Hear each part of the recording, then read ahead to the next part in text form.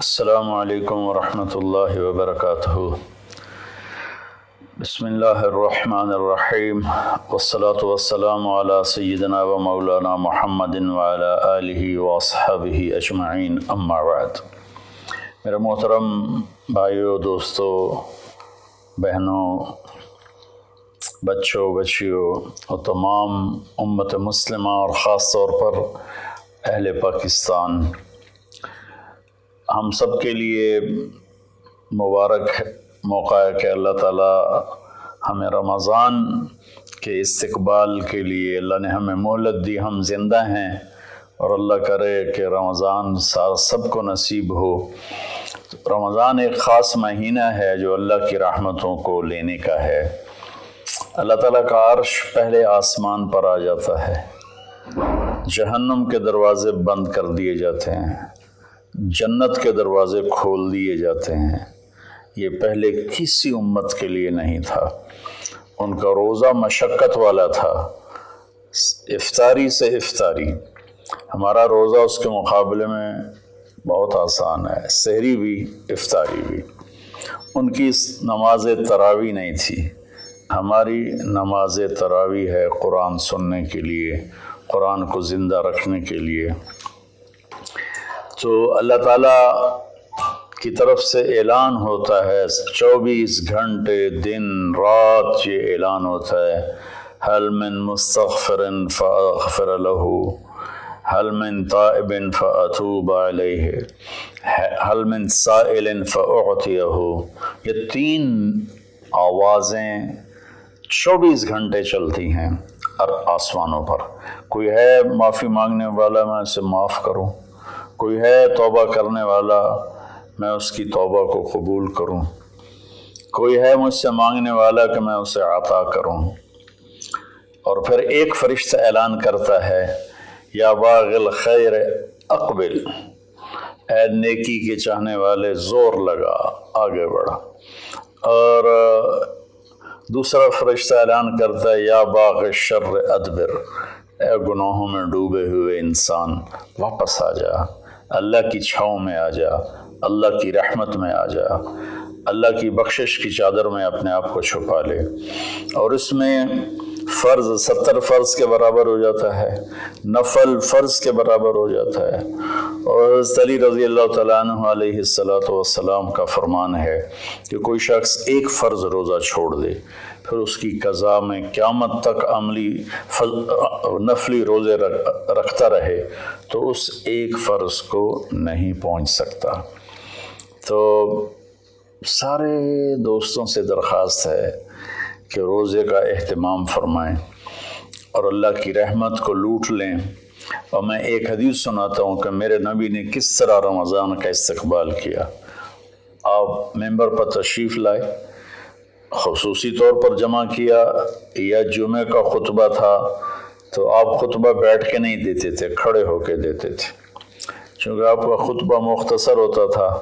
تو آپ نے فرمایا، ماذا یستقبلکم وماذا تستقبلون، وہ کون آ رہا ہے؟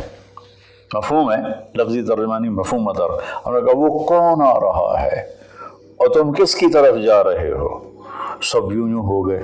پھر آپ نے کہا، ماذا یستقبلکم وماذا تستقبلون، وہ کون آ رہا ہے اور تم کس کی طرف جا رہے ہو؟ سارے صحابہ میں ہلچل مچ گئی۔ تیسری دفعہ، ماذا یستقبلکم وماذا تستقبلون، وہ کون آ رہا ہے، کس کی طرف جا رہے ہو؟ سارے پیچھے مڑ مڑ کے دیکھیں، پیچھے تو کوئی بھی نہیں۔ تو حضرت عمر رضی اللہ تعالیٰ عنہ کھڑے ہوئے علیہ السلام، انہوں نے فرمایا، یا رسول اللہ اوحی نزل، یا رسول اللہ کوئی وحی آئی ہے؟ آپ نے فرمایا، لا، کہ نہیں۔ اعدو حضر، اللہ نے آپ کو آنکھ دی ہے دیکھنے والی، تو کیا کوئی دشمن مدینے کی طرف آ رہا ہے اور آپ نے دیکھ لیا ہے اور وہ ہم پر حملہ کرنے آ رہا ہے، ہم تیاری کریں؟ آپ نے کہا، اللہ، نہیں، یہ بھی نہیں۔ تو انہوں نے پوچھا، بھائی یا رسول اللہ کون آ رہا ہے؟ تو آپ نے کہا، رمضان آ رہا ہے۔ سبحان اللہ، کیا خوبصورت انداز تھا متوجہ کرنے کا، عظمت بٹھانے کا، ہیبت بٹھانے کا رمضان آ رہا ہے۔ پھر آپ نے اس کے فضائل سنائے کہ اس میں جنت کے دروازے کھل جاتے ہیں، جہنم کے دروازے بند ہو جاتے ہیں، اور جنت کی حوریں اللہ سے دعا کرتی ہیں یا اللہ اس رمضان میں اپنے نیک بندوں میں ہمارے شوہر ہمارے لیے منتخب فرما اور ان کے ذریعے ہماری آنکھیں ٹھنڈی فرما، اور جہنم کے سارے دروازے بند ہو جاتے ہیں، شیطان قید ہو جاتا ہے۔ اور اس رمضان کا مطلب ہے جلنا، رمض یرمز، جلنا۔ سارے مہینوں کے نام عربوں نے رکھے، محرم، صفر، ربیع الاول، ربیع الثانی سے لے کر آخر تک۔ رمضان کا نام اللہ نے قرآن میں لکھا، شہر رمضان الذی انزل فیہ القرآن، کہ یہ عرشوں پر اس مہینے کا نام طے ہوا رمضان۔ تو اس مہینے کے نام اور روزے میں کیا مطابقت ہے، ان میں جوڑ کیا ہے کہ رمضان جل جانا۔ اس میں جب کوئی روزہ رکھنے والا، روزہ رکھنے والی جب روزے رکھتا جاتا ہے تو اس کے گناہ پچھلے سال کے جلتے جاتے ہیں، جلتے جاتے ہیں، جلتے جاتے ہیں، یہاں تک کہ اللہ جیسے لوہے کو صاف کیا جاتا ہے آگ سے، اور دھاتوں کو صاف کیا جاتا ہے آگ سے، اور ظاہری میل کو صاف کیا جاتا ہے پانی سے، تو پورے سال میں جو گندگیاں ہمارے اندر گھس جاتی ہیں، کبھی حسد، کبھی بغض، کبھی کینہ، کبھی کچھ، تو اللہ تعالیٰ اس کو اندر سے کھینچ کے باہر نکال کے صاف کر دیتا ہے۔ اور عید کی رات کہتا ہے کہ فرشتوں سے جن مزدوروں نے مزدوری پوری کر دی ہو تو اس کا کیا، اس کے ساتھ کیا ہونا چاہیے، تو سب نے عرض کیا اس کو مزدوری ملنی چاہیے۔ تو پھر اللہ تعالیٰ فرماتے ہیں تم گواہ رہو، میرے بندوں نے دن میں روزہ رکھا، رات کو قیام کیا اور میرا قرآن سنا، میں اس مزدوری کے بدلے ان کے سارے گناہ معاف کرتا ہوں۔ تو میری درخواست ہے تمام بہن بھائیوں سے کہ ہم اس کی تیاری کریں۔ ایک تیاری ہوتی ہے ظاہری جو ہم چیزیں اکٹھی کرتے ہیں، ایک تیاری وہ ہے جس کے بغیر ہمارا روزہ قبول نہیں ہوگا۔ میرے نبی کا فرمان ہے 4 آدمی ایسے ہیں جن کی لیلۃ القدر میں بھی بخشش نہیں ہوتی تو رمضان کی باقی راتیں تو اس سے ادنا ہیں، کہ 4 اگر قسم کے گناہ، چاروں قسم میں ہوں یا ایک قسم میں ہو، بخشش نہ ہونے کا مطلب یہ ہے کہ اگر وہ توبہ نہیں کرے گا تو اس کا روزہ اس سے معافی نہیں دلا سکے گا۔ توبہ کرنے پر تو کفر معاف ہو جاتا ہے، توبہ کرنے پر تو شرک معاف ہو جاتا ہے، ہر بڑے سے بڑا گناہ معاف ہو جاتا ہے۔ اور اللہ کی رحمت کا بتاؤں، میرے نبی کا فرمان ہے ما اصر من استغفر وین عاد فی اليوم 70 مرۃ۔ چند دن پہلے ایک نوجوان نے مجھے فون کیا، مولانا بڑی توبہ کرتا ہوں پھر گناہ ہو جاتا ہے، 10-15 دن سے اوپر نہیں گزرتا ہے پھر گناہ ہو جاتا ہے، پھر توبہ کرتا ہوں تو یہ توبہ کا مذاق ہے، میری بخشش نہیں ہوگی۔ وہ دوڑ رونے لگا ٹیلی فون پر۔ تو جب تھوڑا اس کے آنسو روکے تو میں نے اس کا بیٹا تو میں ایک حدیث سناتا ہوں کہ میرے نبی کا فرمان ہے جو دن میں 70 دفعہ توبہ توڑے، اور 70 سے مراد 10 7 70 نہیں، عربی میں 70 سے مراد ہوتا بے شمار۔ میرے نبی نے فرمایا کہ جو دن میں 70 دفعہ توبہ توڑے اور پھر توبہ کر لے سچے دل کے ساتھ، تو میرے رب کی نظروں میں وہ محبوب ہے، وہ اس کا پیارا ہے، چاہے وہ بار بار توبہ توڑتا ہے لیکن اس کے بعد وہ روتا ہے، معافی مانگتا ہے، اور آخری سانس تک اللہ نے توبہ کا دروازہ کھلا رکھا ہے۔ باب التوبۃ مفتوح ما لم یغرغر، جب تک گلے کا وہ گھنگرو بند نہیں ہوتا اس وقت تک اللہ تعالیٰ بندے کی توبہ کے لیے دروازہ کھول کے بیٹھا ہوتا ہے۔ موت نظر آنے لگے پھر کہے یا اللہ میری توبہ، تو وہ قبول نہیں ہے، لیکن اس سے 1 منٹ پہلے اسے پتہ نہ ہو وہ توبہ کر لے تو اللہ اس کی توبہ معاف کرتا ہے۔ میں ایک دفعہ جماعت میں گیا نواب شاہ، تو ایک گھر میں بڑے وڈیروں کو اکٹھا کیا، تو آخر میں توبہ کراتا ہوں، کہو یا اللہ میری توبہ، یا اللہ میری توبہ، یا اللہ میری توبہ۔ تو اس میں ایک وڈیرا صاحب تھے، بڑی بڑی مونچھیں تھیں، بڑا ہیوی ویٹ، ان کی آواز سب سے بلند تھی، یا اللہ میری توبہ، یا اللہ میری توبہ، یا اللہ میری، اور ساتھ رو رہے تھے زار و قطار۔ واہ میرے رب! یہ بیان تھا ظہر سے پہلے۔ وہ گھر گئے ہیں اور رات کو ان کو ہارٹ اٹیک ہوا اور ان کا انتقال ہو گیا۔ ساری زندگی نافرمانی میں تھی۔ مجھے لوگوں نے بتایا کہ وہ بڑے کوئی اچھا زندگی کا رخ نہیں تھا، لیکن میں یقین سے کہتا ہوں کہ اس دن کی ان کی توبہ نے ان کو اللہ کی بارگاہ میں محبوب بنا دیا، مقرب بنا دیا۔ تو میں صرف 4 باتیں ہیں میرے بھائی بہنوں۔ ایک ہے مدمن خمرن، جو مستقل شرابی ہو اور شراب کا عادی ہو، اس کی رمضان کے روزے سے بخشش نہیں ہوتی۔ عاق لوالدیہ، جو والدین کو پرزے کر دے۔ والدین کا اونچا بول کبھی کبھی بولا جاتا ہے، کبھی بدتمیزی ہو جاتی ہے، اس کو نافرمانی نہیں کہتے۔ جو اپنے والدین کے دل کے ٹکڑے آنکھ پھاڑنے کو کہتے ہیں۔ یہاں اللہ تعالیٰ نے، اللہ کے نبی نے نافرمانی کا لفظ استعمال نہیں کیا، بلکہ حقوق کا مطلب کسی چیز کو پھاڑ کے پرزے کر دینا۔ تو جو ماں باپ کو اتنا زخمی کرے کہ ان کی آہیں نکلیں، ان کے آنسو نکلیں، اس کی بھی بخشش نہیں ہوگی۔ تیسرا، جو قاطع الرحم، جو رشتہ داروں سے لڑتا رہتا ہو، کسی سے نہ بنا کے رکھے، نہ بھائی سے، نہ بہنوں سے، نہ چاچے سے، نہ مامے سے۔ ماں اور باپ کی طرف سے جتنے رشتے ہیں وہ رشتے ذوی الارحام کہلاتے ہیں۔ جو ان رشتوں کو توڑتا ہے اور ان سے لڑتا بھڑتا ہے، اپنے آپ کو سپیریئر سمجھتا ہے، یہ سب گند ہے، یہ سب ایسے ہیں، ایک اس کی بخشش نہیں ہوتی۔ اور چوتھا ہے المشاحن، جو دل میں کسی کے لیے بغض پالتا ہو، نفرت رکھتا ہو، حسد رکھتا ہو۔ المشاحن کا لفظ ان ساری چیزوں پر ہے۔ تو میرے بھائی بہنوں، اس میں جو چیز سب سے زیادہ عام ہے نا، وہ آخری ہے۔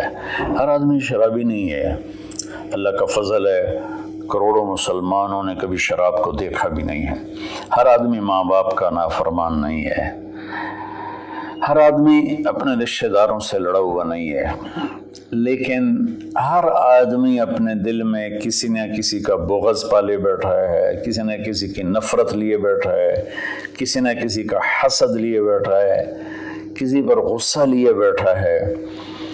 یہ چونکہ انسان کی فطرت ہے کہ وہ منفی چیزوں کی طرف جلدی جاتا ہے، نیگیٹیویٹی کی طرف ایسے جاتا ہے جیسے پانی اوپر سے نیچے، اور پازیٹیو چیزوں کی طرف جانا مشکل ہوتا ہے جیسے نیچے سے اوپر جانا۔ تو اس میں پھر آدمی پھسل جاتا ہے۔ ایک اس ہمارے سوشل میڈیا نے اس طرح نفرت پھیلا دی ہے، جھوٹی باتیں کر کے، جھوٹے عنوان لگا کر۔ تو میری گزارش ہے سارے بہن بھائیوں سے، ہم رمضان کی تیاری کریں۔ کیا تیاری کریں؟ ہم اللہ نہ کرے کوئی شرابی ہو، کوئی ہے تو اللہ کے واسطے توبہ کر لے۔ اللہ نہ کرے کہ کوئی ماں باپ کا نافرمان ہو، ہیں بہت سے ہیں، کوئی ہیں تو وہ توبہ کر لیں۔ اللہ نہ کرے کوئی رشتہ داروں سے لڑتا رہتا ہو، کوئی ہے تو وہ توبہ کر لیں۔ میرا رب نہ کرے کہ ہمارے دلوں میں میل ہو، ہم اپنی میل کو صاف کر لیں۔ میرے نبی نے فرمایا کہ اے میرے بیٹے انس، میری ایک عظیم الشان سنت ہے، میں شارٹ کٹ کر کے بتا رہا ہوں، اگر تو اس پہ قابو پا گیا تو جنت میں میرا ساتھی بن جائے گا۔ اور وہ یہ ہے کہ اس دل کو پوری دنیا کے انسانوں کے کھوٹ سے پاک کر دے۔ لیس فی قلبک غش لأحد فافعل۔ تو اس آخری مضمون پر میں گزارش کرتا ہوں، اپنی بات بھی ختم کرتا ہوں، کہ ہم ایک دوسرے کو معاف کریں۔ چونکہ ہمارا ملک تقسیم ہے بہت سے طبقات میں، مذہب کے نام پر بھی بے شمار طبقات ہیں اور نفرت سے بھرے ہوئے ہیں، سیاست کے نام پر بے شمار طبقات ہیں، نفرت سے بھرے ہوئے ہیں، قوم کے نام پر، زبان کے نام پر، اور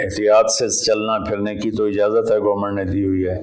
تو میری درخواست ہے کہ اس وقت زکوٰۃ کا سب سے زیادہ حقدار وہ طبقہ ہے جن کے گھر میں فاقے ہیں اور چولہے نہیں جل رہے، چونکہ روز کی تازہ کھاتے تھے۔ اس وقت ہمارے غریب بہن بھائی وہ سب سے زیادہ آپ کی زکوٰۃ کے حقدار ہیں۔ کھول دو اپنے تجوریوں کے دروازے، وہ اللہ کے نام پہ دو۔ اس وقت آپ کی زکوٰۃ، صدقات، خیرات ساری کی ساری ان کو جاتی، کھانے بنا بنا کے بھیجو، راشن کے پیکٹ بنا کے بھیجو۔ یہ اس وقت آپ کی نوافل سے بھی بڑی عبادت ہے، اور زکوٰۃ تو ویسی فرض ہے۔ تو اللہ تعالیٰ مجھے آپ کو اس رمضان میں زندہ بھی رکھے اور اس کے آداب کے مطابق ہمیں کام کرنے کی توفیق دے۔